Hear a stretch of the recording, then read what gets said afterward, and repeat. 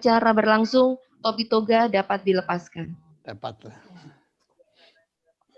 Terima kasih.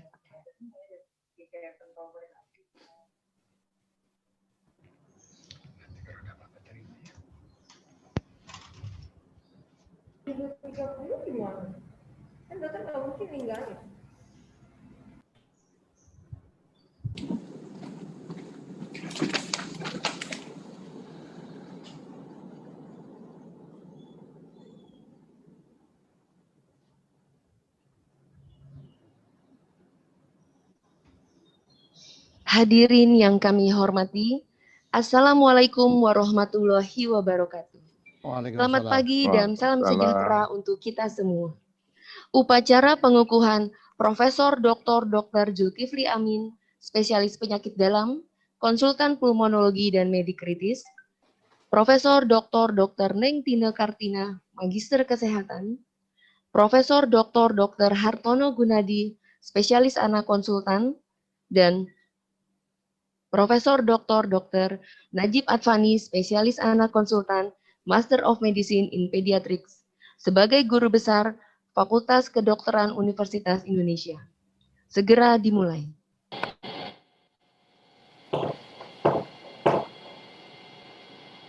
Upacara pengukuhan guru besar tetap Fakultas Kedokteran Universitas Indonesia dimulai. Lagu Kebangsaan Indonesia Raya. Hadirin dimohon duduk dalam sikap sempurna, serta untuk para hadirin yang mengenakan toga, mohon menggunakan topi toga.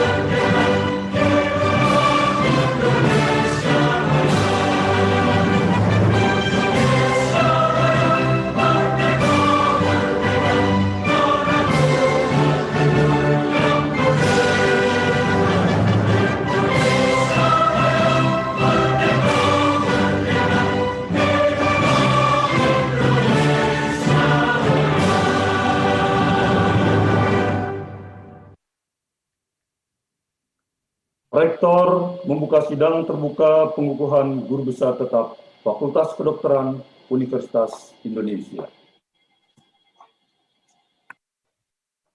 Yang kami hormati, Ketua dan anggota Dewan Guru Besar, Ketua dan anggota Senat Akademik, Sekretaris Universitas, para Wakil Rektor, para Dekan, para Direktur Sekolah dan Direktur Program Pendidikan Vokasi Universitas Indonesia, serta hadirin undangan yang berbahagia. Pada hari ini, Sabtu 13 Februari 2021, Sidang Terbuka Universitas Indonesia melaksanakan pengukuhan guru besar tetap Fakultas Kedokteran Universitas Indonesia atas nama Profesor Dr. Zulkifli Amin, spesialis penyakit dalam, konsultan pulmonologi dan medik kritis. Profesor Dr. Neng Tina Kartina, magister kesehatan. Profesor Dr. Hartono Gunadi, spesialis anak konsultan, dan Profesor Dr. Najib Advani, spesialis anak konsultan, Master of Medicine in Pediatrics. Dengan ini, sidang terbuka Universitas Indonesia saya buka.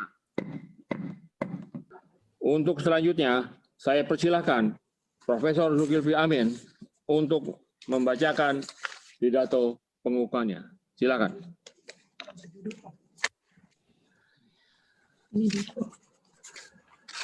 Dengan judul Perjalanan Pelayanan Pendidikan dan Penelitian Respirologi dalam Penyakit Kritis Ilmu Penyakit dalam Masa Lalu, Masa Kini, dan Masa Datang. Silakan, Prof. Assalamualaikum warahmatullahi wabarakatuh. Yang saya hormati Rektor dan Wakil Rektor serta Sekretaris Universitas Indonesia. Yang saya hormati Bapak Dekan dan Wakil Dekan di lingkungan Universitas Indonesia. Yang saya hormati Direktur Utama Rumah Sakit Umum Pusat Nasional Dr. Cipto Mangunkusumo. Yang saya hormati para direksi Rumah Sakit Umum Pusat Nasional Rumah Sakit Dr. Cipto Mangunkusumo.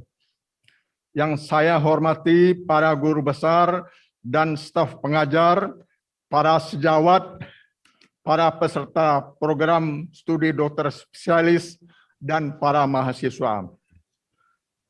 Para undangan, serta hadirin sekalian yang saya muliakan.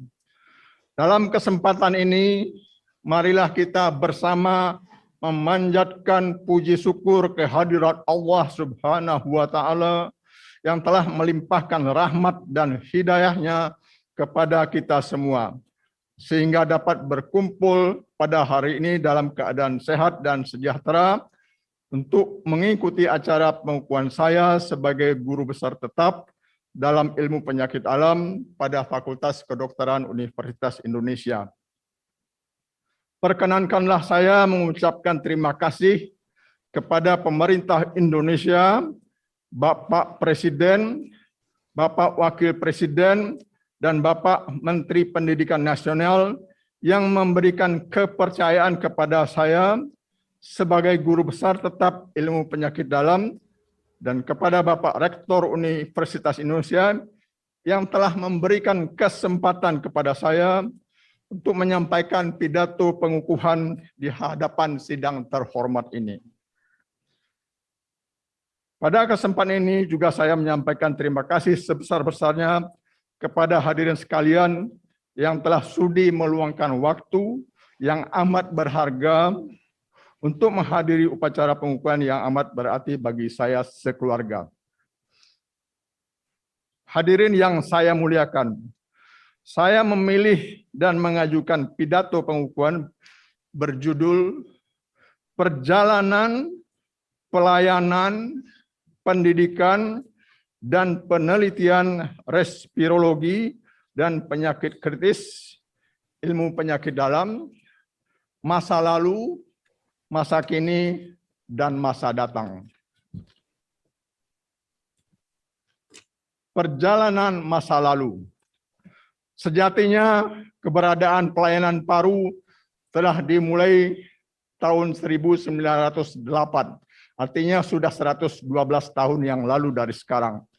Ketika didirikannya, pada saat itu perkumpulan Central Pharynging for Tuberculosis Based Readings, yaitu pelayanan paru, bagian paru, yang kemudian berganti nama menjadi Stichting Central Pharynging for Tuberculosis Based Reading pada tahun 1930.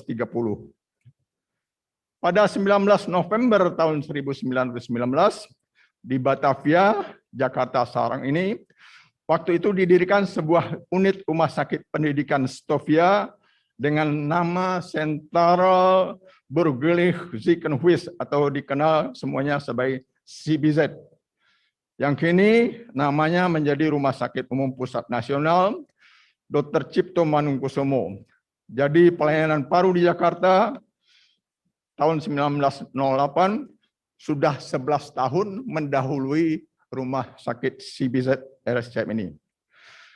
Pada masa 1958 sampai 1970-an, para guru-guru kami perintis pendidikan paru di RSCM seperti almarhum Profesor Rasmin Rasid, almarhum Dr. Sugondo, almarhum Dr. Agus, almarhum Dr. Pradono dengan ilmu yang mereka kuasai, terutama kasus-kasus tuberkulosis yang di mana mereka mendapatkan pendidikan dengan magang di Jepang, adalah sumber pengajaran untuk kami-kami dan para perintis pendidikan selanjutnya. Setelah dibangunnya Rumah Sakit Persahabatan pada tahun 1961, subbagian pulmonologi penyakit dalam RSCM dipindahkan ke Rumah Sakit Persahabatan. Dan pada tahun 1973, subbagian pulmonologi Rumah Sakit Persahabatan mengembangkan diri, berdiri sendiri atas keputusan dekan, menjadi Departemen Pulmonologi FKUI Rumah Sakit Persahabatan. Pada tahun 1970, subbagian pulmonologi penyakit dalam di RSCM kembali dibuka berdiri sendiri untuk pelayanan, pendidikan, dan penelitian di bawah Departemen Penyakit Dalam. Selanjutnya, dengan dikeluarkannya SK Dekan FKUI, subbagian pulmonologi penyakit dalam FKUI RSCM berubah namanya menjadi Divisi Pulmonologi Departemen Penyakit Dalam FKUI RSCM. Perjalanan masa kini. Di bawah kepemimpinan almarhum Profesor Supartondo sebagai Kepala Departemen saat itu, kemampuan staf divisi paru yang beliau bimbing untuk beberapa ahli seperti Dr. Arianto Suwondo, almarhum Dr. Ishak, almarhum Dr. Asril, ditingkatkan dengan mengirim mereka magang studi banding berbagai aspek pelayanan, pendidikan, dan penelitian pulmonologi ke Inggris dan Perancis. Pengalaman mereka sangat menambah wawasan sebagai dokter dan pendidik di bidang paru di RSCM. Awal tahun 1990, saya sebagai staf junior saat itu, dengan dukungan penuh dari almarhum Profesor Supartondo, almarhum Dr. Muhammad Adnan, Profesor Samsurijal yang sampai saat ini masih aktif bertugas, serta para staf divisi pulmonologi Departemen Penyakit Dalam, berinisiatif untuk magang. Saya magangnya di Departemen Pneumologi Juntendo University Tokyo di bawah pimpinan Profesor Shiro Kira dan Profesor Takashi Dambara. Kemudian klinik Dar-es-Salaam Munchen di bawah pimpinan Profesor M. Slander, dan juga di Royal Brompton Hospital London, serta Mount Elizabeth Hospital Singapura. Selama di sana, saya melihat dan mendampingi berbagai pelayanan untuk penyakit paru yang reguler, bedah torak, perawatan intensif, dan berbagai tindakan intervensional paru-paru. Saya juga mengikuti berbagai pelayanan dan tindakan paru di bidang critical care, intensive care, yang merupakan inspirasi pertama untuk juga menambahkan kemampuan bidang di atas untuk para staf di pulmonologi penyakit dalam, dengan tambahan gelar subspesialis critical care. Dan ini mencontoh kurikulum dan referensi dari American Board Internal Medicine ABM Subspecialty. Divisi pulmonologi dengan beberapa alat baru diagnostik yang lanjut, yang advance, dari direksi RSCM bisa ditambahkan untuk berbagai kegiatan. Di samping itu, ruang perawatan penyakit intensif, penyakit dalam yang sudah berjalan, bisa jadi sarana pendidikan dan penelitian yang dimotori oleh Dr. Sepa Pitoyo dan Dr. Arif Mansur. Kegiatan semakin berkembang, sebab pasien-pasien dengan multi-organ failure, multi-organ dysfunction, memang RSCM lah kasus terbanyak dan jadi motor pelayanan intensive care, high care unit penyakit dalam paru, high care unit pusat jantung terpadu RSCM. Ketersediaan alat-alat baru, bantuan direksi dalam menunjang diagnostik kasus-kasus rongga toraks seperti IBAS, adanya helical CT, Syiam bersama Departemen Radiologi, mempermudah staf mendapatkan staf pada kasus-kasus yang sulit di biopsi yang sebelumnya harus dilakukan dengan torakotomi. Mengenai pendidikan di bidang divisi pulmonologi, proses pendidikan yang disusun oleh Kolegium Ilmu Penyakit Dalam selalu diperbarui sesuai kebutuhan dan diakreditasi oleh Badan Akreditasi, dan ini sungguh telah menghasilkan luaran-luaran yang sangat membanggakan. Begitu antusiasnya staf membimbing PPDS cepat tanggap atas topik yang dilaporkan. Pernah 1 tahun kami mendapatkan 13 penelitian yang juga bisa dipresentasikan internasional dan mendapatkan penghargaan. Perjalanan masa datang, divisi pulmonologi atas kesempatan divisi dan menjadi divisi respirologi dan penyakit dalam. Hadirin yang saya hormati, izinkan saya menyampaikan pesan-pesan untuk adik-adik mahasiswa serta pendidikan S1 dan SP2. Ilmu yang kita geluti berkembang terus bidang respirologi dan penyakit kritis. Tantangan dan kesempatan untuk maju terbuka lebar. Pada tingkat klinis mahasiswa PPDS SP1 dan SP2, pengetahuan dan keterampilan dasar anamnesis menggali dengan teliti berbagai keluhan pasien. Kejelian mendapatkan keluhan yang penting harus tetap dilaksanakan. Pada masa kini dibandingkan dengan tahun 70-an, saat pendidikan dulu masih sangat terbatas, kemampuan dan kesempatan dalam level disertasi. Dan ini dilakukan pada beberapa pusat pendidikan SP2 di Jepang. Dan ini satu keniscayaan.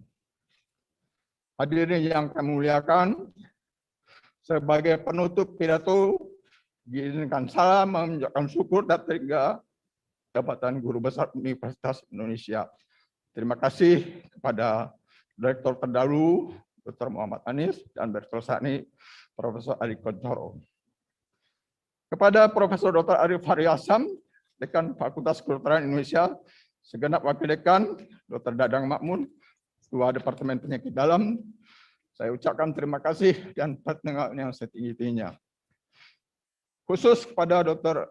Profesor Endang Susalid, yang mengusulkan saya pertama menjadi guru besar, kemudian karena pensiun digantikan oleh Profesor Sudoyo.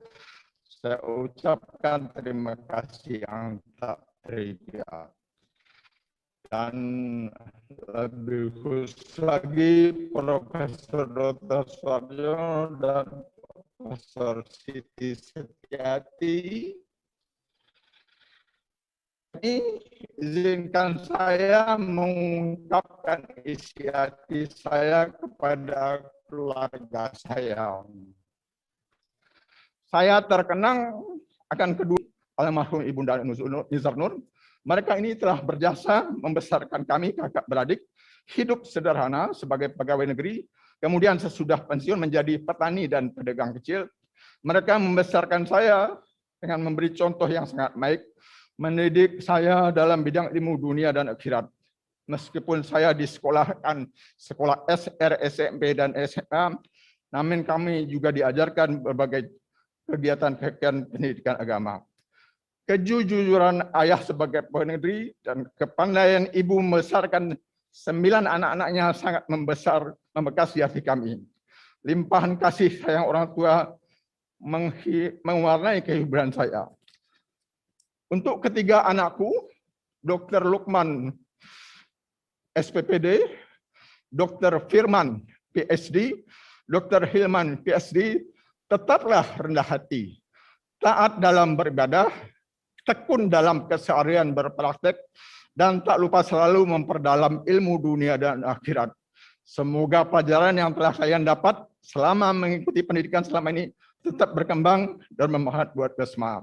Sambil mengharapkan maaf dari kawan-kawan, saudara-saudara mungkin yang terlupakan dalam tulisan ini, saya dan keluarga dengan rendah hati tetap mohon maaf. Dan sebagai akhir kata, saya ingin menyampaikan rasa hormat dan mengucapkan terima kasih yang mendalam kepada hadirin dan hadirat yang telah dengan sabar mendengarkan pidato saya melalui mimbar ini. Semoga Allah yang Maha Besar, Maha Pengasih, dan Maha Penyayang selalu melimpahkan rahmat dan karunia-Nya kepada kita semua. Wabillahi taufik wal hidayah. Wassalamualaikum warahmatullahi wabarakatuh.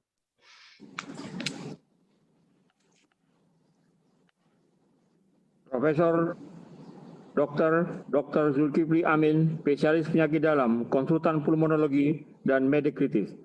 Saya ucapkan terima kasih atas pidato yang telah saudara sampaikan. Dan saya ucapkan selamat bahwa saudara telah dikukuhkan sebagai guru besar tetap Fakultas Kedokteran Universitas Indonesia.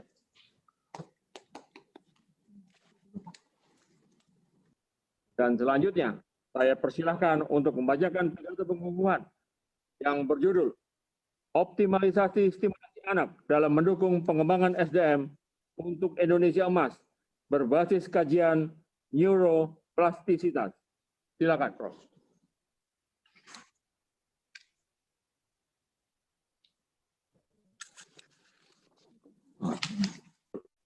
Optimalisasi Anak Pengembangan SDM berbasis kajian. Silakan.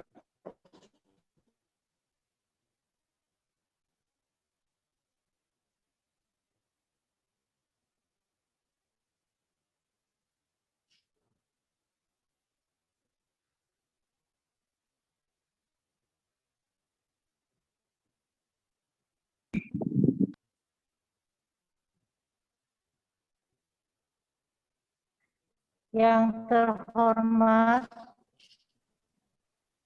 Menteri Pendidikan Kebudayaan Republik Indonesia, Waalaikumsalam. Direktur Jenderal Pendidikan Tinggi Kementerian Pendidikan dan Kebudayaan Republik Indonesia, Ketua dan anggota Senat Akademik Universitas Indonesia, Ketua dan anggota Dewan Guru Besar Universitas Indonesia, para dekan, pimpinan sekolah, direktur di lingkungan Universitas, Dewan Guru Besar Fakultas Kedokteran Universitas Indonesia,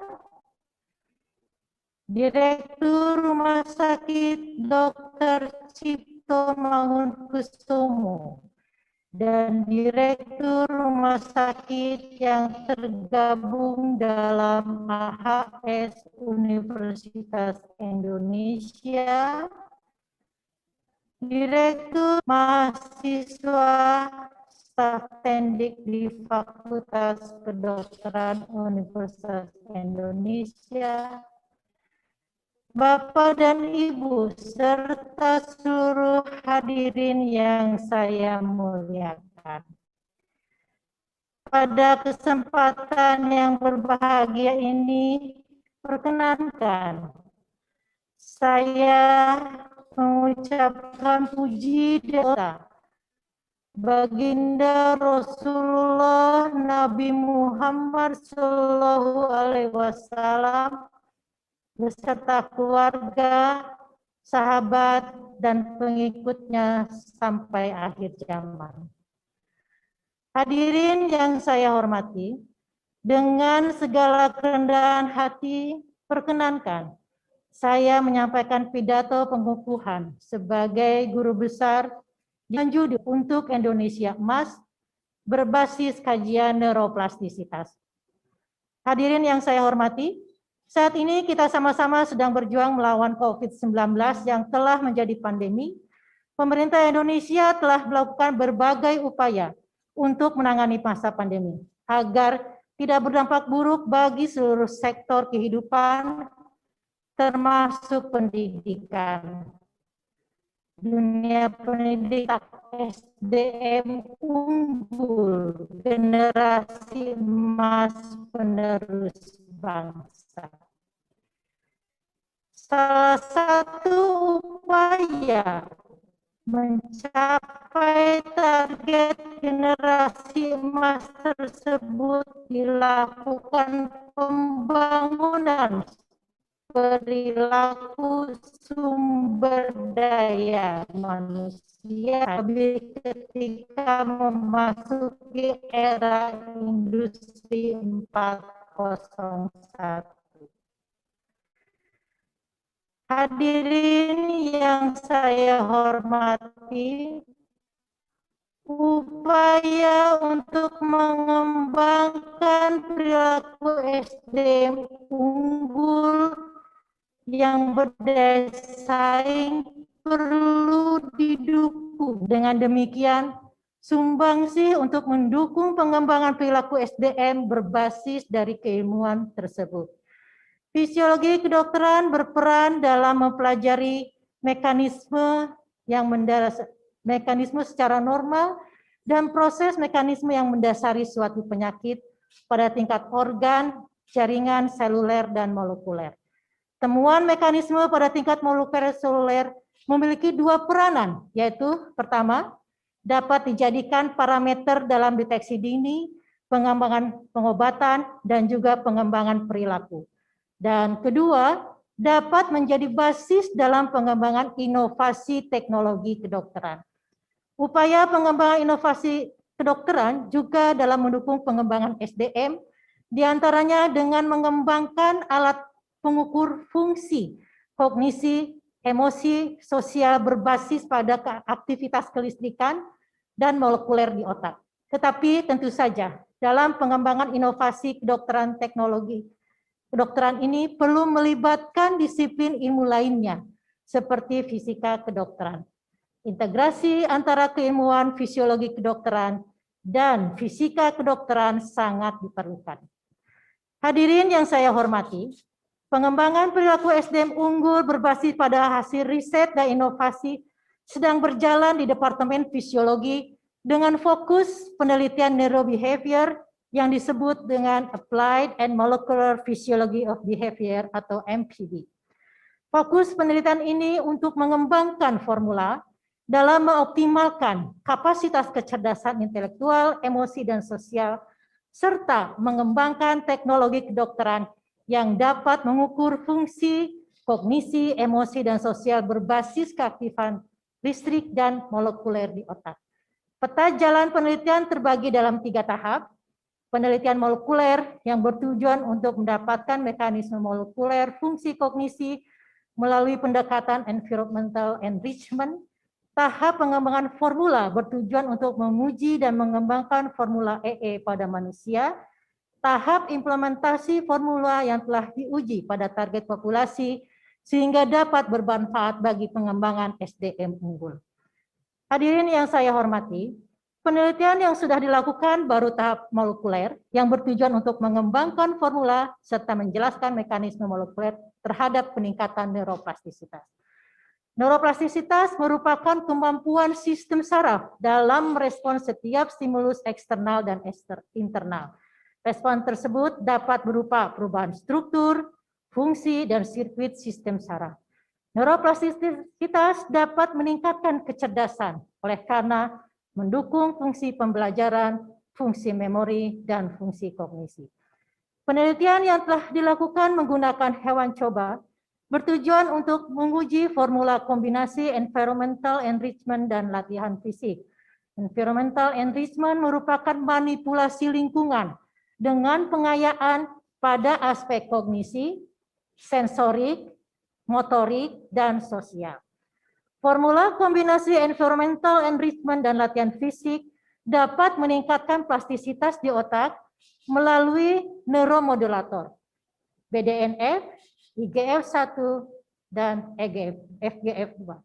Dan berbagai protein yang dapat dijadikan penanda dalam perubahan morfologi sinap, maturasi sinap, rekrutmen reseptor glutamat. Penanda perubahan morfologi pada sinap seperti sinaptofisin, Sedangkan penanda maturasi sinap oleh PSD 95, PSD 95 juga sering digunakan sebagai protein penanda postsinap. Maturasi sinap juga dilakukan oleh neuroligin, yaitu protein molekul adesi yang berperan penting dalam mengatur plastisitas sinap. Ikatan antara neuroligin dan PSD 95 juga meningkatkan rekrutmen dan aktivasi reseptor glutamat seperti AMPA, MNDA. AMPAR dan MNDAR kemudian akan berikatan dengan glutamat yang berperan pada long-term potensial untuk proses pembelajaran dan fungsi memori. Hadirin yang saya hormati, penelitian ini masih sangat berbasis molekuler dan perlu ditindaklanjuti dengan implementasinya pada manusia. Pada tahap implementasi akan dikembangkan model stimulasi pada berbagai usia anak yang dapat menstimulasi aspek kognisi, motorik, sensorik, dan sosial berbasis pada aktivitas fisik dan bermain. Stimulasi yang dikembangkan melalui objek mainan, brain game, yang optimal yang dapat menstimulasi sensorik, visual, auditory, olfaktori, taktil, gustatori, vestibular, dan proprioceptif. Selain itu, terdapat stimulasi aktivitas fisik, brain exercise berupa aktivitas fisik dengan gerakan kompleks. Pengembangan model brain game dan brain exercise tersebut harus memperhatikan pada aspek sosial. Diharapkan model tersebut akan menjadi stimulus sesuai dengan usia anak sehingga mampu merangsang plastisitas sinap selama proses tumbuh kembang yang akan mengoptimalkan tingkat kecerdasan. Model stimulus ini harus diterjemahkan sesuai dengan usia anak. Pengembangan model stimulus ini membutuhkan kolaborasi dengan keilmuan lainnya. Kolaborasi keilmuan akan memperkuat dan meningkatkan kualitas pendidikan, penelitian, baik pada tataran nasional maupun internasional. Oleh karena penelitian yang berkualitaslah yang akan menghasilkan hilirisasi riset. Salah satu bentuk hilirisasinya adalah bermanfaat bagi masyarakat dan juga kemajuan bangsa. Hadirin yang saya hormati, hilirisasi riset ini akan bermanfaat bagi masyarakat, khususnya orang tua, dalam menstimulasi anak secara optimal. Kedepan diperlukan program untuk mengedukasi dan memberdayakan orang tua dengan menggunakan salah satu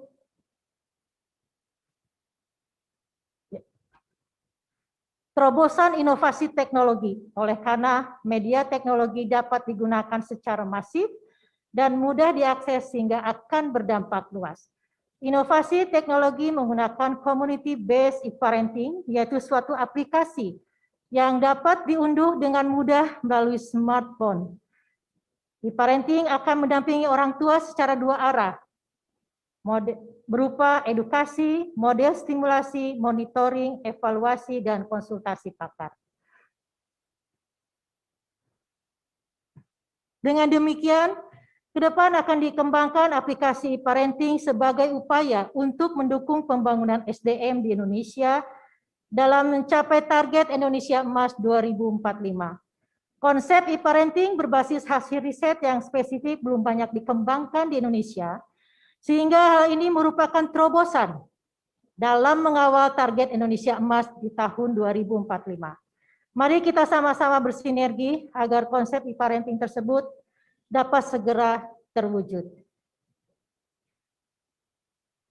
Pada akhir pidato ini, perkenankan saya mengaturkan rasa terima kasih yang mendalam, dukungan yang tak terhingga dalam perjalanan saya menempuh Guru Besar Fakultas Kedokteran Universitas Indonesia. Saya mengucapkan terima kasih kepada pemerintah Republik Indonesia yang diwakili oleh Bapak Menteri Pendidikan Kebudayaan Republik Indonesia, Bapak Nadiem Anwar Makarim BAMBA, atas keputusannya dalam memberi gelar Guru Besar dalam bidang fisiologi kedokteran. Tak lupa juga terima kasih kepada Bapak Direktur Jenderal Pendidikan Tinggi, Profesor Insinyur Nizam MSc PhD. Saya juga mengucapkan terima kasih kepada Bapak Direktur Jenderal Sumber Daya Ilmu Pengetahuan Teknologi dan Pendidikan Tinggi terdahulu, Bapak Profesor Dr. Ali Gufron Mufti MSc PhD, dan Bapak Direktur Karir dan Kompetensi Sumber Daya Manusia, Profesor Dr. Bunyamin Maftuh, MPD MA, atas dukungannya dalam proses pengusulan jabatan guru besar saya. Terima kasih yang sebesar-besarnya kepada Bapak Rektor Universitas Indonesia, Profesor Ari Kuncoro, SE, MA, PhD, yang berkenan untuk mengukuhkan saya sebagai guru besar bidang fisiologi kedokteran. Saya haturkan terima kasih kepada Ketua Dewan Guru Besar UI, Profesor Harkistuti Harkrisnowo, SH, MA, PhD, beserta seluruh anggota Dewan Guru Besar UI, juga Ketua Dewan Guru Besar FKUI, dan seluruh anggota Guru Besar FKUI yang telah memberikan pertimbangan atas rekomendasi usulan guru besar saya. Kepada Bapak Dekan FKUI, Profesor Dr. Arif Fahrial Sam, SPPD, KGEH, MMB, Pinasim, PACF, Wakil Dekan Profesor Dr. Doyana Oktivianti, SPOGK, Dr. Anis Karuniawati, SPMKK, PhD, Sekretaris Pimpinan Fakultas, Dr. Yuli Budiningsih, SPF.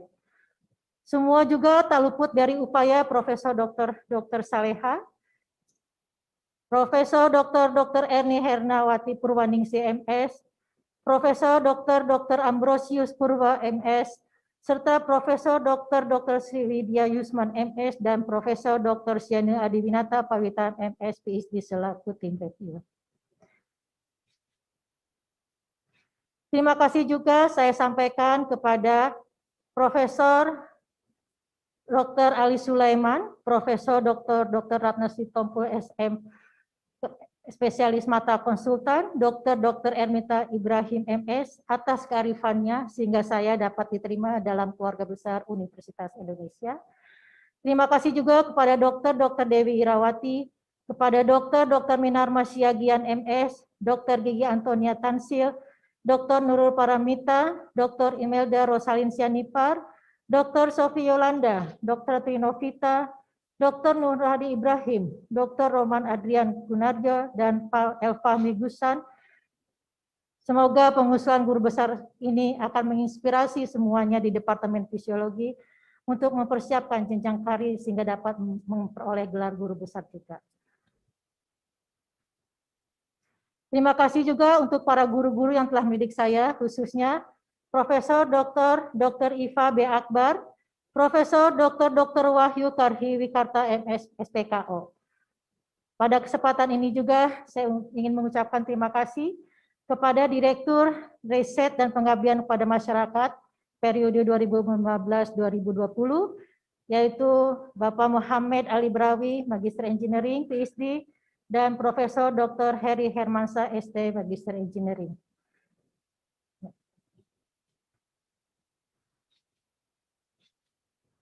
Tak lupa saya haturkan terima kasih kepada keluarga atas doa dan dukungannya, kepada kakak saya Profesor Deden Rukmana, MPDS PhD. Beliau adalah guru besar di Alabama University. Kemudian kepada adik saya dan kepada suami saya Dr. Al-Muktabar, serta kepada anak saya tercinta Keiko Aisyah Parameswari.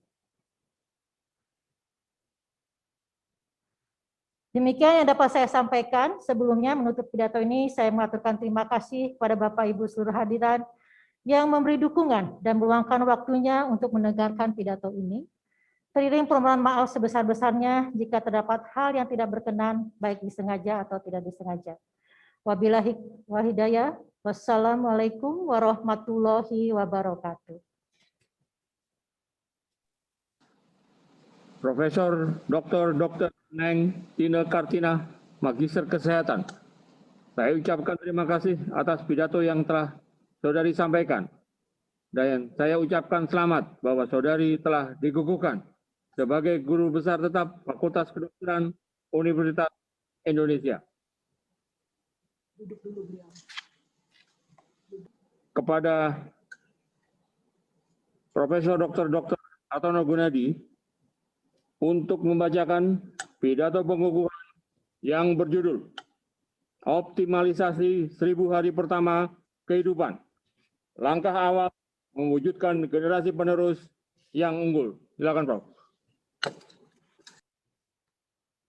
Yang terhormat Menteri Pendidikan dan Kebudayaan Republik Indonesia, Menteri Kesehatan Republik Indonesia, Direktur Jenderal Pembelajaran dan Kemahasiswaan Kementerian Pendidikan Kebudayaan Republik Indonesia, Direktur Jenderal Sumber Daya Ilmu Pengetahuan Teknologi dan Pendidikan Tinggi Kementerian Pendidikan dan Kebudayaan Republik Indonesia, Ketua Anggota Majelis Wali Amanah Universitas Indonesia, Rektor dan Wakil Rektor serta Sekretaris Universitas Indonesia, Ketua dan anggota Senat Akademi Universitas Indonesia, Ketua dan anggota Dewan Guru Besar Universitas Indonesia, Direktur Pasca Sarjana Universitas Indonesia, Dekan, Wakil Dekan, dan seluruh jajaran pimpinan Fakultas Kedokteran Universitas Indonesia, Ketua dan anggota Senat Akademik Fakultas Kedokteran Universitas Indonesia, Ketua dan anggota Dewan Guru Besar Fakultas Kedokteran Universitas Indonesia, Direktur Utama, para Direktur Rumah Sakit, Dr. Cipto Mangunkusumo, dan Direktur Rumah Sakit Pendidikan yang tergabung dalam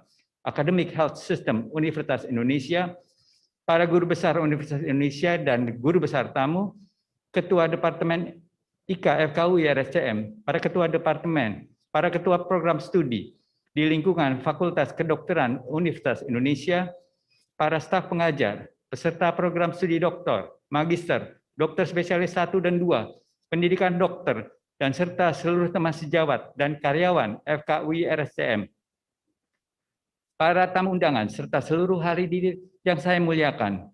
Selamat pagi dan salam sejahtera bagi kita semua. Bapak, Ibu, para undangan dan hadirin sekalian yang saya hormati, puji syukur saya panjatkan kehadirat ilahi karena atas perkenannya acara pengukuhan guru besar ini dapat terlaksana.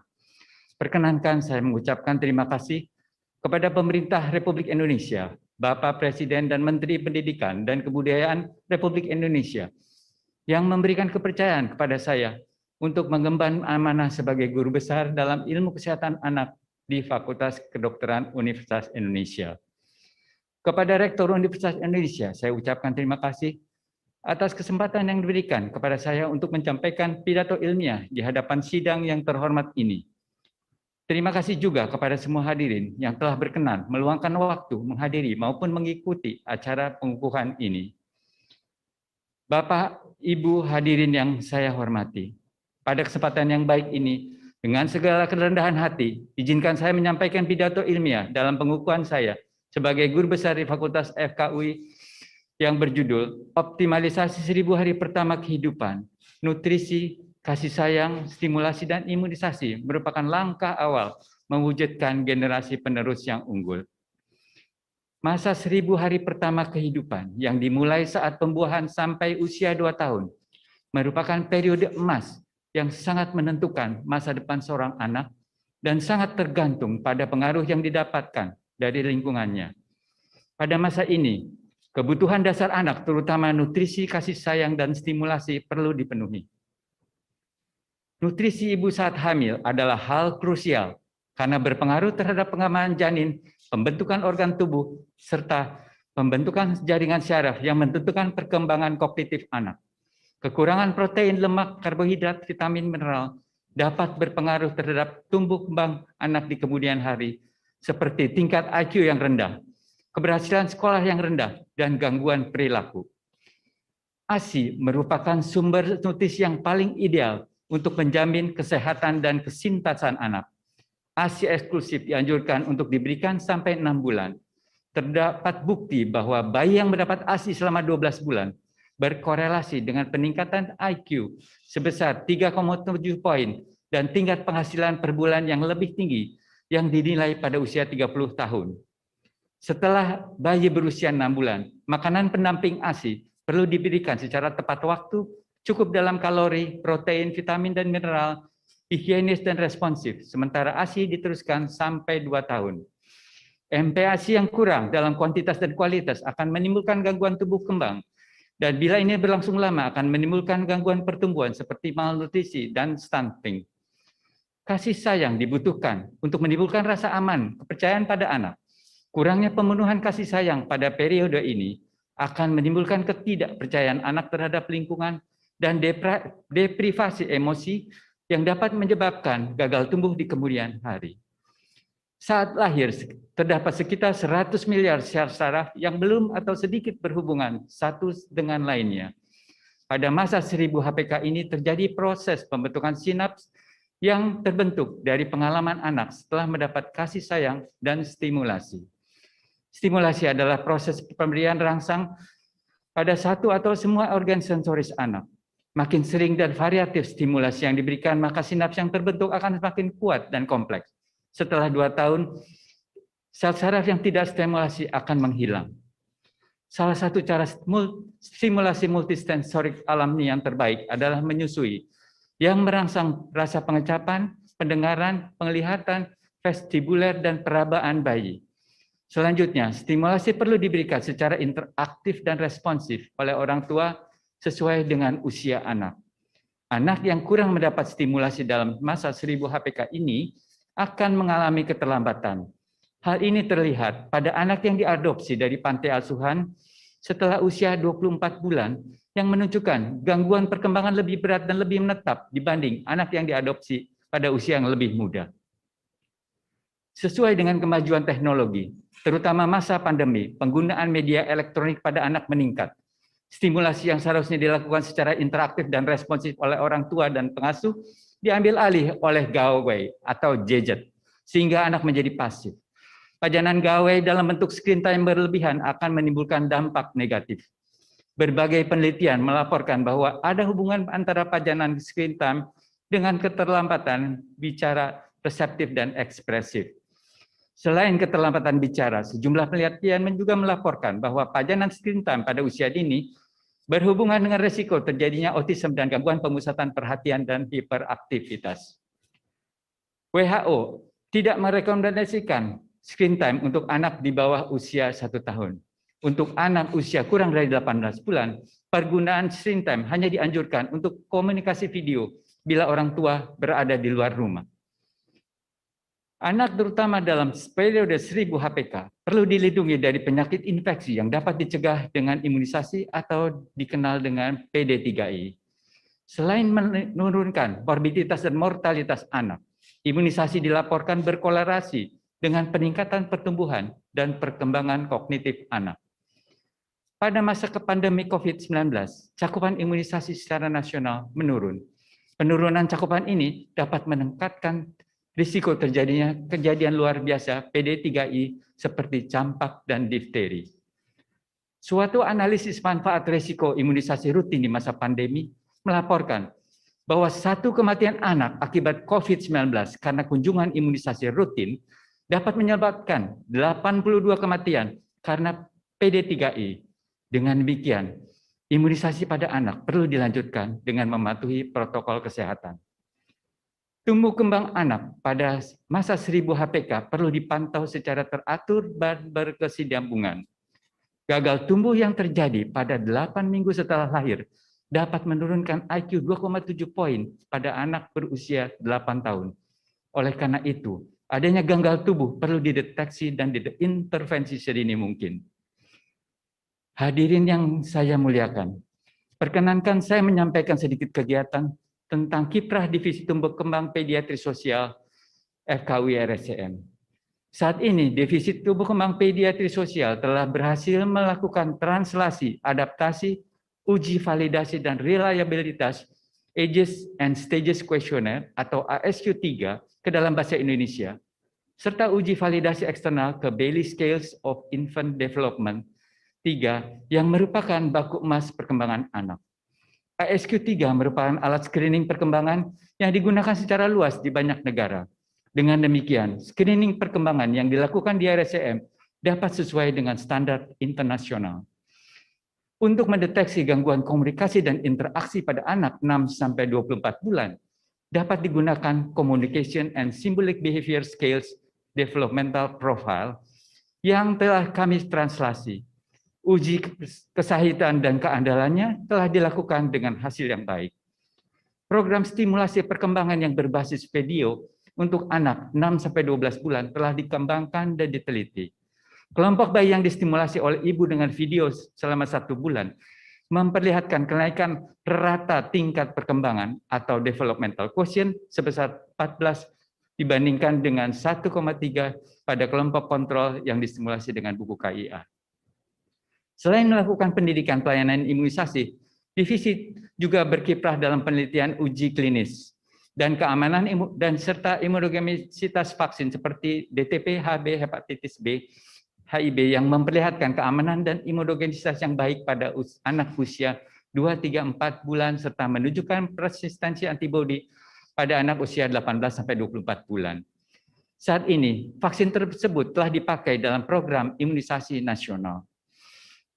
Kesimpulannya, kebutuhan dasar anak yang perlu dipenuhi, terutama dalam nutrisi yang mengandung nutrien yang cukup, kasih sayang yang memberikan rasa aman dan stimulasi positif, dan tidak digantikan oleh gawai, untuk perkembangan otak yang optimal pada masa 1000 HPK.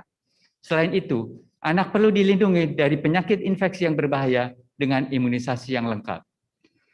Hadirin yang terhormat, perkenankan saya memberikan beberapa masukan yaitu kepada pemerintah untuk mengurangi kelahiran bayi resiko tinggi dengan melarang perkawinan anak, dengan mengimplementasikan Undang-Undang Nomor 16 Tahun 2019 tentang perkawinan yang mengubah batas minimum usia perkawinan perempuan dari 16 tahun menjadi 19 tahun. Untuk teman sejawat yang menangani kesehatan anak agar tetap melakukan pemantauan pertumbuhan dan perkembangan, pengukuran antropometri yang lengkap dan melakukan screening perkembangan dengan metode standar yang paling dikuasai. Untuk para mahasiswa PPD 1 dan 2 serta program doktor agar memanfaatkan masa pendidikan sebaik-baiknya. Dalam hal menangani seorang anak, perlu penilaian holistik, tidak hanya menulis diagnosis penyakit saja, tapi perlu dilengkapi dengan penilaian pertumbuhan, perkembangan, imunisasi, dan kelainan emosi serta perilaku. Perlakukan setiap pasien seperti mengobati anak sendiri. Dokter yang baik tidak hanya mempunyai keterampilan klinis yang baik dalam aspek kuratif, tetapi memperhatikan juga aspek preventif, promotif, dan rehabilitatif, serta menerapkan etika kedokteran yang baik. Memang, itu membutuhkan waktu yang lebih lama, namun sangat dibutuhkan bagi anak, terutama dalam 1000 HPK. Itu merupakan tugas mulia bagi kita para profesional yang dipercaya para orang tua, masyarakat, dan negara untuk merawat kesehatan anak yang menjadi langkah awal untuk membangun generasi yang unggul pada tahun 2045. Hadirin yang saya hormati, mengakhiri pidato pengukuhan ini, perkenankan saya mengucapkan terima kasih yang setinggi-tingginya kepada semua pihak yang baik yang telah berkontribusi terhadap perjalanan hidup dan kehidupan saya, termasuk dalam melaksanakan pidana perguruan tinggi di dalam pengabdian masyarakat, penelitian, pendidikan, serta pengajaran sampai pada pengukuhan sebagai guru besar ilmu kesehatan anak di FKUI. Saya memohon maaf sebesar-besarnya tidak dapat menyebutkan nama satu persatu, mengingat ketersediaan waktu yang ada. Terima kasih yang sebesar-besarnya kepada Menteri Pendidikan Kebudayaan, Direktur Jenderal Sumber Daya Ilmu Pengetahuan dan Pendidikan Tinggi, Menteri Kesehatan Republik Indonesia, Rektor Universitas Indonesia, Profesor Ari Kunchoro, beserta Majelis Wali Amanah Universitas Indonesia yang telah menyetujui dan mengusulkan pengangkatan saya kepada Menristek Tirti, juga kepada para wakil rektor dan sekretaris universitas. Kepada Dewan Guru Besar UI, khususnya Profesor Dr. Tuti Harkrisnowo, juga kepada Dekan FKUI, Profesor Dr. Arif Fahrial Syam, beserta semua jajarannya, kepada Dewan Guru Besar FKUI yang diketuai oleh Profesor Dr. Siti Setiati, kepada Profesor Kusnandi Rusmin dan Profesor Elizabeth Herini sebagai referee, kepada Profesor Sofyan Ismail, Profesor Sudikdo Sastro Asmoro, Profesor Bambang Supriyatno, Profesor Sujatmiko, Profesor Rini, dan Profesor Mulyadi MJ dari Departemen IKFKUI, kepada Direktur Utama RSCM dan mantan Dirut dan Direksi RSCM, kepada para guru besar, para senior, baik yang aktif maupun purna bakti, para koordinator dan para ketua divisi, serta seluruh dan staf Departemen Ilmu Kesehatan Anak FKUI RSCM. Ucapan terima kasih yang sedalam-dalamnya serta rasa hormat yang setinggi-tingginya saya aturkan kepada ibu saya Wina Wiharja dan ayah saya Rusdi Gurnadi yang telah merawat dan membesarkan saya dengan penuh kasih dan mendoakan saya. kepada kakak-kakak saya, beserta istri dan suami, serta anak-anak, kepada keluarga besar El Gito Husodo dan ES Himawan, beserta seluruh keponakan dan cucu yang tidak dapat saya sebutkan satu persatu. Terima kasih yang tidak terputuskan untuk istri saya, Dr. Dian Hangesti, yang terus mendorong dan mendoakan setiap saat sambil mengurus rumah tangga dan anak-anak serta menjalankan profesi sebagai dokter bedah onkologi. Dan juga kepada semua anak-anak menantu kami serta cucu tercinta. Terima kasih dan apresiasi yang setinggi-tingginya kepada Dr. Fatima Safira Alatas beserta seluruh panitia pengukuhan guru besar Departemen IKFKUI RSCM. Untuk Bapak Ibu yang tidak disebutkan dalam pidato ini, dari hati yang paling dalam, saya mohon maaf sebesar-besarnya, serta ucapan terima kasih yang tidak terhingga atas bantuan pikiran, tenaga, dan dukungan moral, serta doa yang telah diberikan kepada saya selama ini. Hanya Tuhan yang Maha Esa yang dapat membalas budi baik Bapak Ibu sekalian. Terima kasih.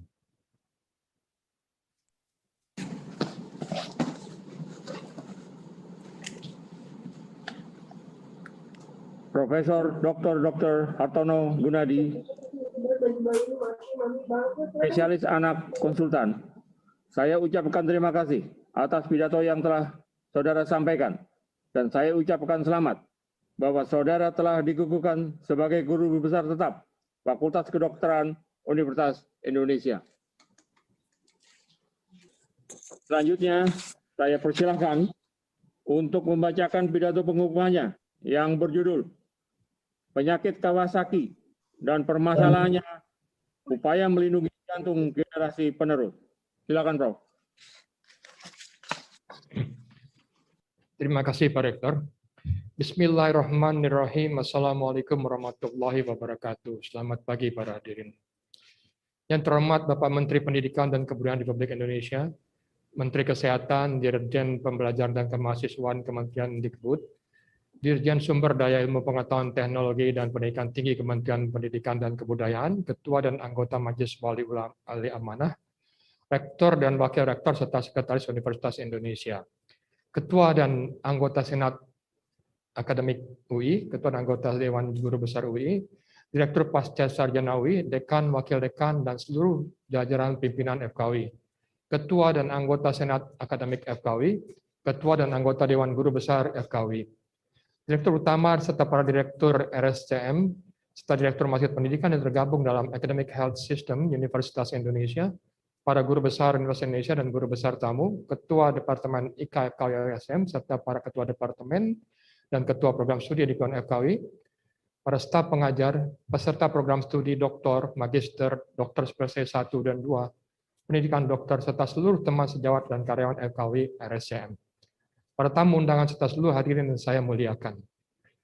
Puji syukur saya panjatkan kehadirat Allah Subhanahu wa Ta'ala karena atas dasar perkenannya lah acara Pekan Guru Besar ini dapat terlaksana.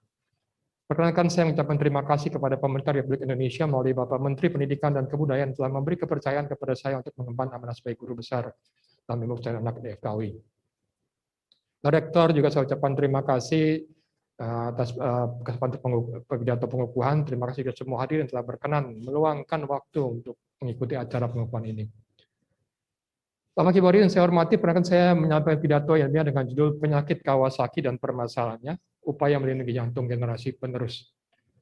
Penyakit ini ditemukan oleh Dr. Tomisu Kawasaki di Jepang tahun 1967 dan sekarang sudah menyebar ke seluruh dunia termasuk Indonesia. Dan ini merupakan penyebab penyakit jantung didapat yang paling sering ditemukan pada anak di negara maju. Penderita yang tidak diobati 15-25% akan menderita kelainan jantung dengan pelebaran atau aneurisma arteri koroner dengan segala konsekuensinya seperti trombosis koroner, penyempitan arteri koroner jantung, dan infark miokard yang sebagian dapat berakhir dengan kematian. Karena itu PK perlu mendapatkan perhatian kita semua. Penyebabnya belum diketahui. Kasus di Indonesia yang kami tangani meningkat dari beberapa kasus dalam setahun pada 2 dekade yang lalu dan mencapai rata-rata 100-150 kasus baru per tahun saat ini. Jadi suatu peningkatan yang pesat. Ya.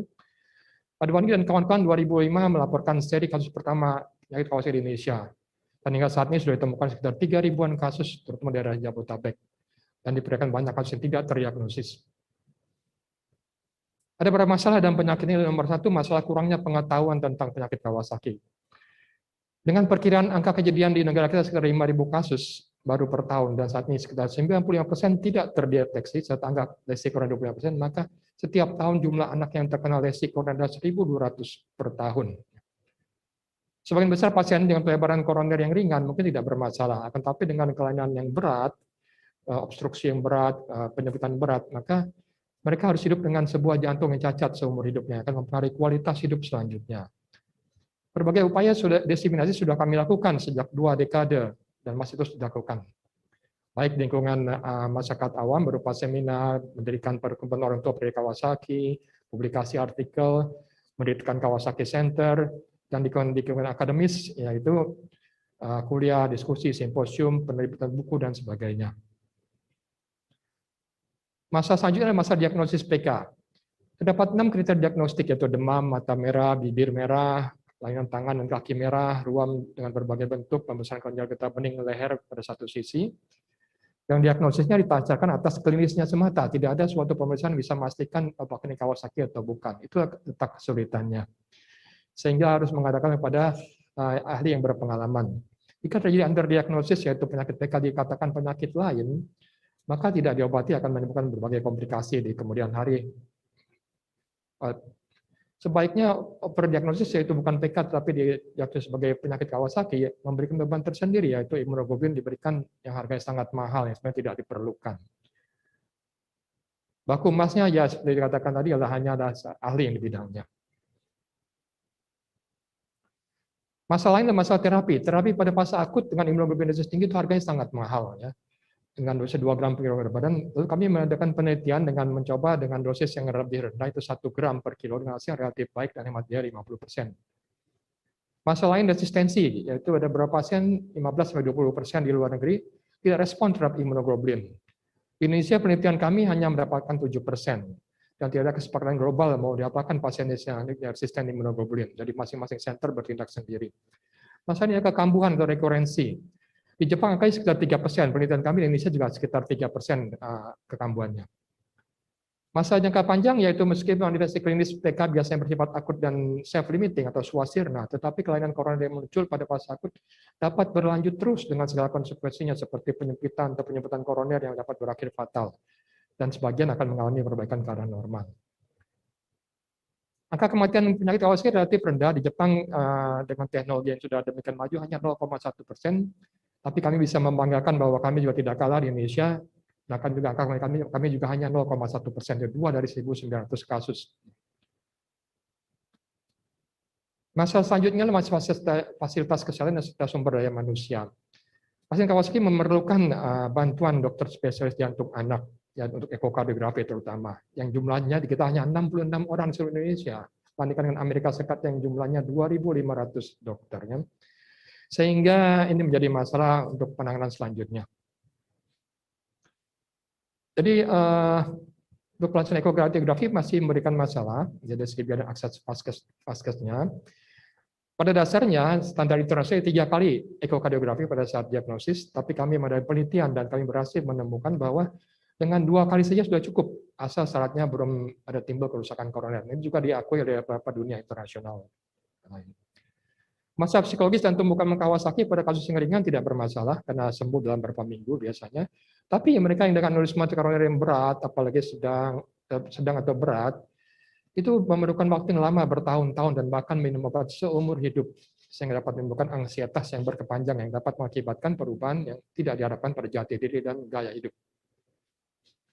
Anak dengan aneurisma yang berat tidak dapat mengikuti olahraga yang berat dan terlalu melelahkan. Jika sedang dalam terapi warfarin, anak tidak boleh mengikuti aktivitas yang mengandung risiko terjadinya jatuh atau luka yang dapat mengakibatkan perdarahan yang dapat membahayakan nyawa. Berapa saran dan asupan dari kami untuk diagnosis penyakit Kawasaki supaya ada berhasil ya. Jika seorang anak datang dengan demam dan pembesaran kelenjar getah bening leher unilateral, mungkin didiagnosis sebagai parotitis atau limfadenitis coli. Tadi beri obat timbul ruam yang diduga sebagai alergi obat. Padahal ini merupakan suatu penyakit Kawasaki, jangan dilupakan. Selanjutnya kalau ditemukan leukosituria atau leukosit dalam urin, jangan lupakan bahwa ini kemungkinan Kawasaki, terutama jika ada ruam. Pada bayi atau neonatus jika dijumpai demam dan ruam yang disertai peningkatan leukosit darah serta CRP, Pikirkanlah kepada Kawasaki, apalagi jika tidak responsif terhadap pemberian antibiotik. Kadang anak datang dengan demam, ruam, dan nyeri perut yang hebat. Salah diagnosis sebagai akut abdomen atau appendicitis. Jangan dilupakan bahwa ini mungkin suatu penyakit Kawasaki. Karena pada bayi muda, presentasi klinis PK mungkin hanya demam, dan jika ada hanya sedikit gejala lain, maka ekokardiografi perlu dipertimbangkan pada semua bayi di bawah usia 6 bulan dengan demam di atas 7 hari, yang belum diketahui penyebabnya dengan hasil laboratorium menunjukkan inflamasi sistemik. Penyakit Kawasaki harus dipertimbangkan sebagai diagnosis banding pada semua anak dengan demam selama beberapa hari, ruam kemerahan dan konjungtivitis atau mata merah, terutama pada usia di bawah 1 tahun atau pada remaja. Pada kedua kelompok ini, diagnosis penyakit Kawasaki sering terlewatkan. Pada fase akut, jangan lupa untuk mengecek BCG scar, karena BCG yang reaktivasi merupakan salah satu gejala yang sangat menunjang penyakit Kawasaki. Mengingat penyakit Kawasaki dapat mengakibatkan komplikasi kardiologi dengan konsekuensi jangka panjang bahkan seumur hidup, maka diagnosis harus ditegakkan secara dini dan jangan dilupakan untuk menciptakan diagnosis banding yang lain.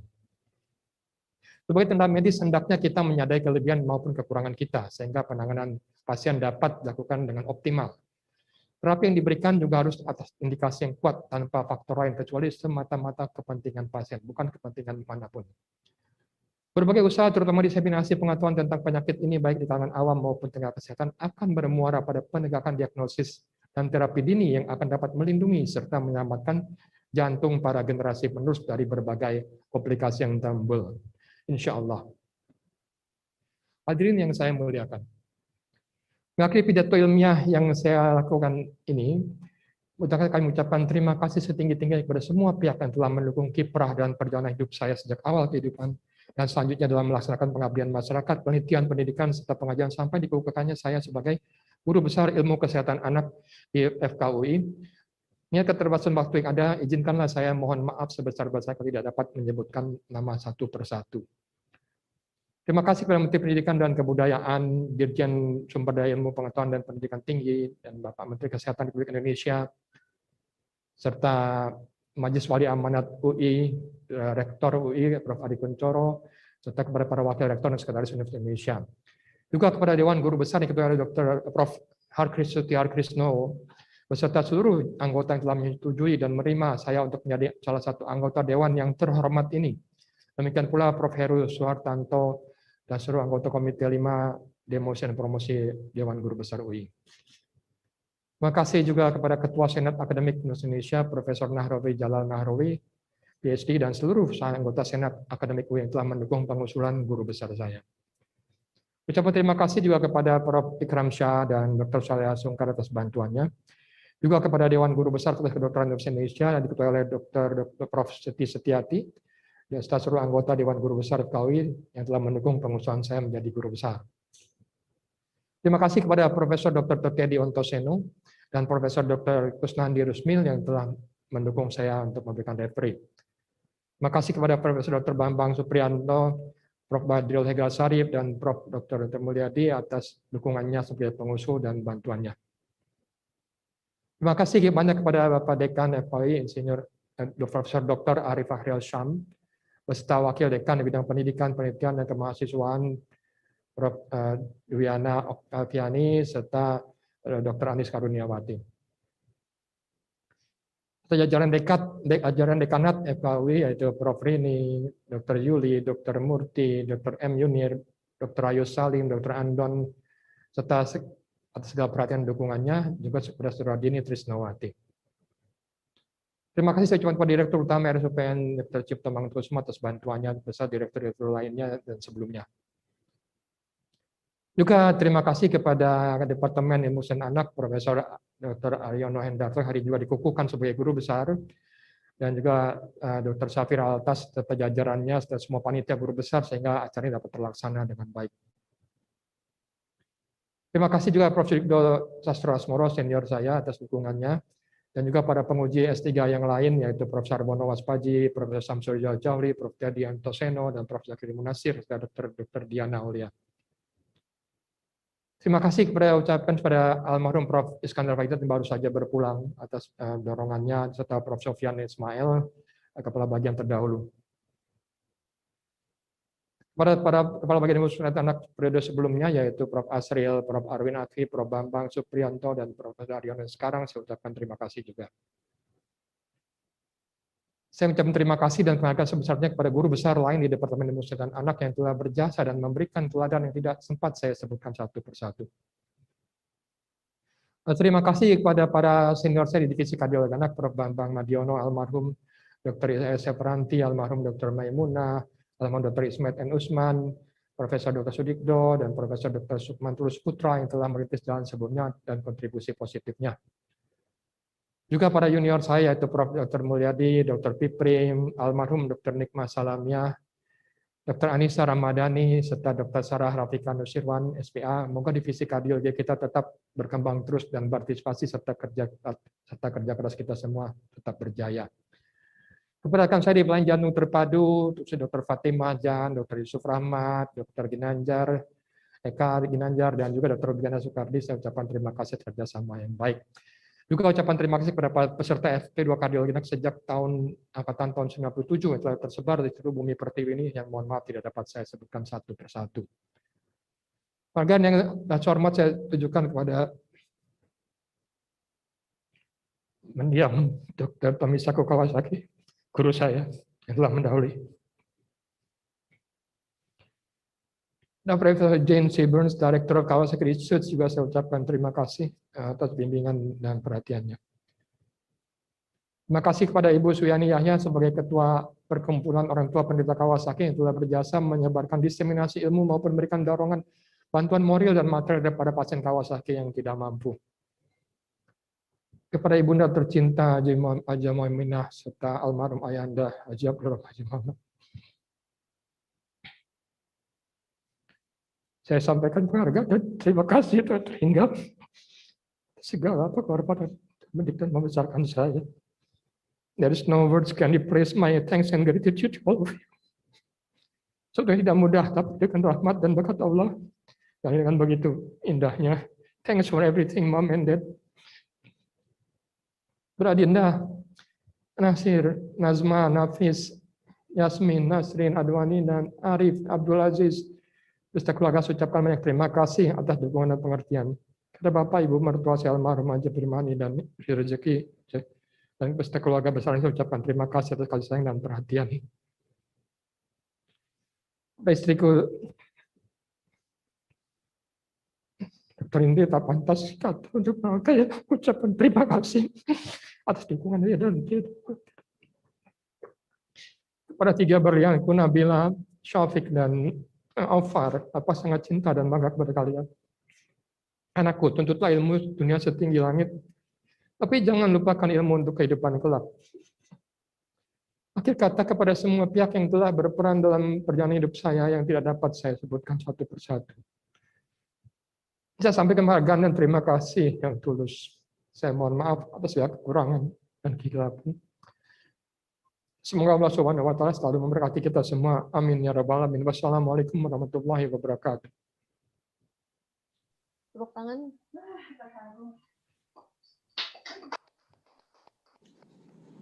Profesor Dr. Najib Advani, spesialis anak konsultan, Master of Medicine in Pediatric. Saya ucapkan terima kasih atas pidato yang telah saudara sampaikan. Dan saya ucapkan selamat bahwa saudara telah dikukuhkan sebagai guru besar tetap Fakultas Kedokteran Universitas Indonesia. Duduk dulu, Pak. Duduk dulu. Duduk dulu. Duduk. Ya, mulai. Hadirin undangan. Hadirin undangan yang kami hormati. Sebelum sidang ini ditutup, izinkan saya menyampaikan beberapa informasi. Saat ini, jumlah guru besar UI sampai dengan tanggal 11 Februari 2021 adalah berjumlah 313 yang terdiri dari guru besar tetap sebanyak 231, guru besar emeritus 8, dan guru besar NIDK 74. Untuk FKUI sendiri, ada grand total sebanyak 81 guru besar. Terdiri dari 33 aktif, kemudian NEDK 48. Kemudian selanjutnya kami juga akan menyatakan ya bahwa pengukuhan hari ini adalah sesuatu yang extraordinary dalam sejarah UI. Karena untuk pertama kali semua guru besar, 4 guru besar hari ini menggunakan teknologi virtual dalam pengukuhannya karena memang kondisi tidak memungkinkan. Jadi sekali lagi bahwa teknologi telah ditemukan, tapi akhirnya yang membuat kita mengimplementasikan adalah situasi. Tapi hal ini tidak mengurangi kehikmatan dari proses pengukuhan ini. Karena para guru besar yang dilantik kali ini membacakan pidato pengukuhannya di auditorium FKUI di Salemba, sementara saya sendiri selaku rektor berada di Depok, suatu yang tidak pernah kita bayangkan 6 bulan yang lalu. Kemudian kami juga akan menyapa kepada guru besar tamu yang hadir, kebetulan hadir dalam acara pengukuhan hari ini.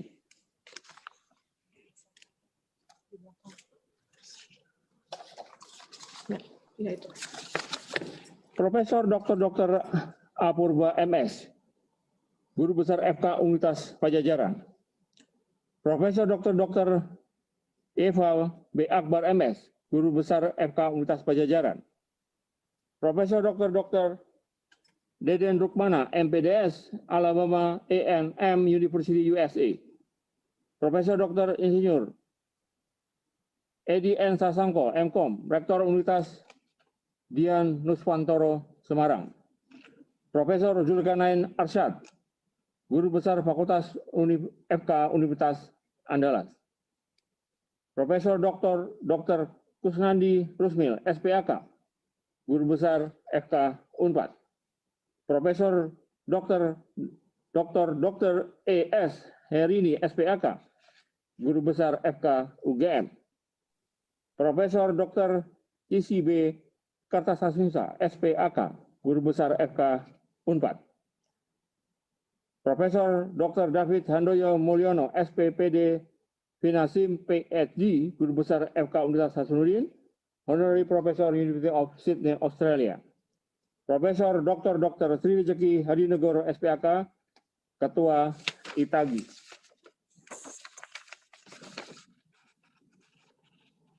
Razif Halik Uno dan Min Rahman Uno.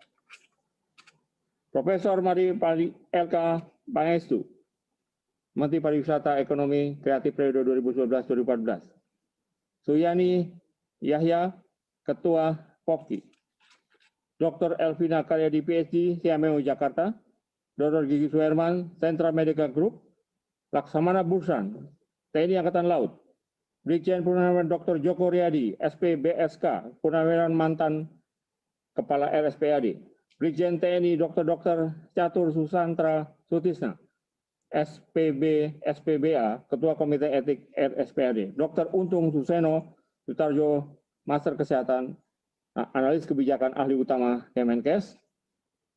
Dr. Sukwan Handadi, PhD, Senior Service Fellow, CDC Atlanta.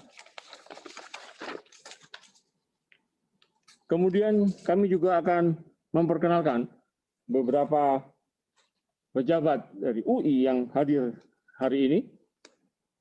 Pertama tentunya Ketua Dewan Guru Besar UI, Prof. Harkristusti Harkrisnowo, SHMA, PhD.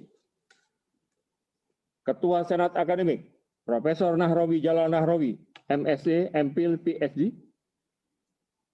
Sekretaris Universitas, Dr. Agustin Kusumayati, MSc, PhD. Wakil Rektor Bidang Akademik dan Kemahasiswaan, Profesor Dr. Rernat Abdul Haris, MSc. Wakil Rektor Bidang Keuangan dan Logistik, Ibu Vita Silva SEMBA. Wakil Rektor Bidang Riset dan Inovasi, Dr. Nurtani PhD SPOFK. Wakil Rektor Bidang SDM dan Aset, Prof. Dr. Insinyur Dedi Priadi DEA. Dan Dekan Fakultas Kedokteran, Profesor Dr. Arif Arial Syam SP PD KGEH MMB. Dan juga bersama kita ada beberapa dekan yang hadir. Pertama adalah dari FPB, Ibu Dr. Beta Yulanita Gitahari. Dari FKM, Profesor Dr. Sabarina Prasetyo MSc. Dari FIK, Agus Setiawan SKP MNDN. Dari VIA, Profesor Dr. Chandra Wijaya MSMM. Dari Fakultas Hukum, Dr. Edmond Makarim, Eskom SH LLM.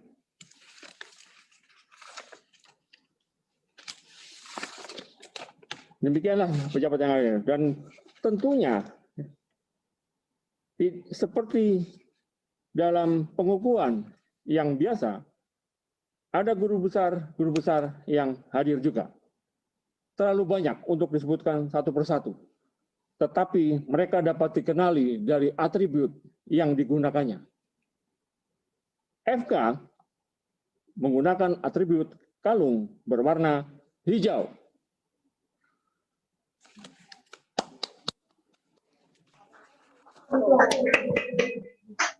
FKG hijau putih.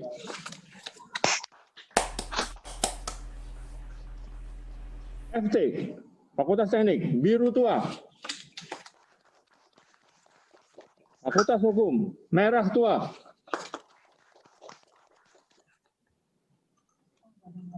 Fakultas Ekonomi dan Bisnis abu-abu. Fakultas Ilmu Budaya putih. Fakultas Kesehatan Masyarakat ungu. Fakultas Ilmu Komputer biru merah. Nah, ini favorit saya. Fakultas Ilmu Keperawatan biru muda, biru tua, biru muda. Fakultas Farmasi biru dan hijau. Fakultas Ilmu Administrasi merah indigo.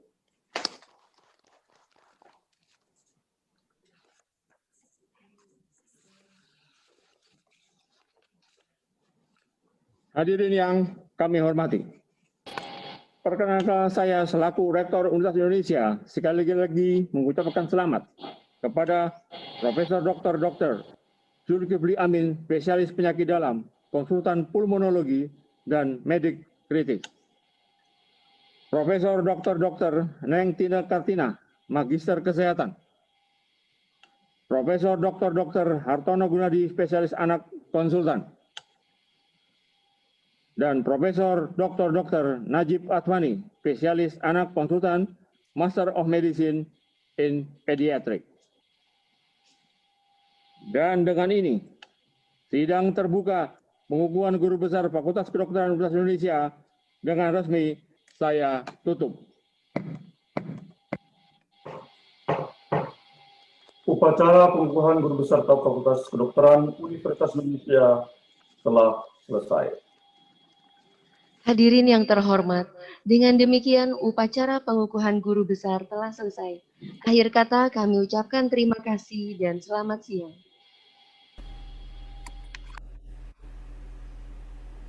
Terima kasih.